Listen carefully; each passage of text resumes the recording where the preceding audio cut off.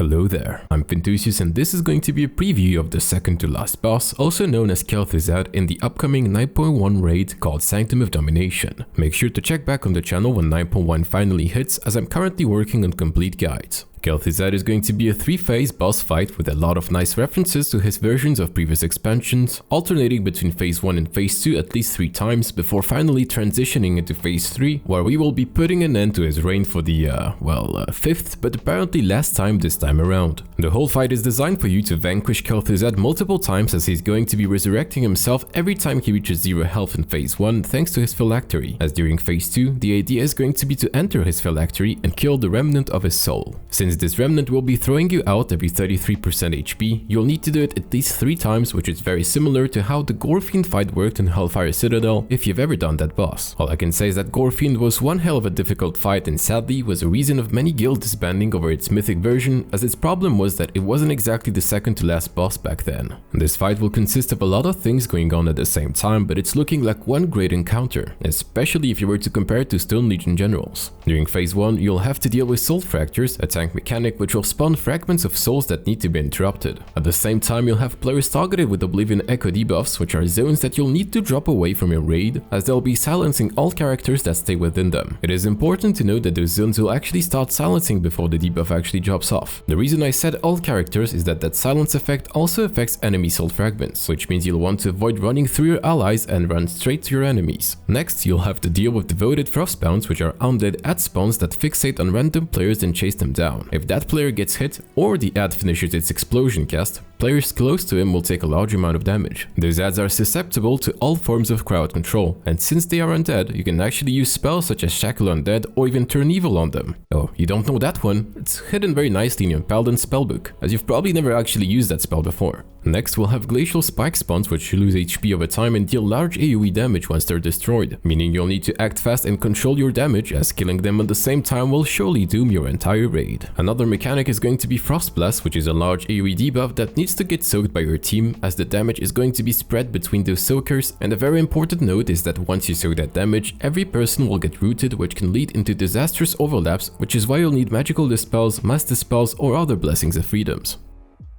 Lastly, whenever the boss reaches 0 mana, he'll start casting Howling Blizzard, which will create a lot of ground zones that expand over time, and those can become deadly very fast during those Frostblast overlaps. During phase 2, a couple of ads will spawn and you'll have to separate into 2 groups, so just like it was with classic phase 2. The outside group, preferably ranged players as they'll be more suited for that, will stay and kill those chunky abominations that have big nasty frontal cleaves, as well as very slowly moving banshees that are not entirely tankable and will hit you very hard if you ever get close to them. Melee players with a healer or 2 will have to enter the phylactery and hit the remnant of the soul for 33% HP before his final cast is over, while avoiding some basic drill camp training dodge mechanics and a frontal cleave on top of a taking dot damage. It is important to note that if you manage to face the soul before the outside team finish the ads, those ads will get massively buffed and will become uninterruptible, so make sure the outside team has cleared everything before facing the remnant of the soul. And that is actually most of the fight. Every single time Kel'thuzad will resurrect, he'll be getting stacks of necrotic surge, which will make him spawn an additional set of mechanics to deal with. What starts out as 2 glacial spikes and 2 void zones will then escalate into 5 spikes and zones, while during phase 3, instead of dealing with spikes, Kel'thuzad will spawn phase 2 ads to fight alongside him, on top of resurrecting any fallen raider to his side. I guess he got a better retribution aura than what Paladins received.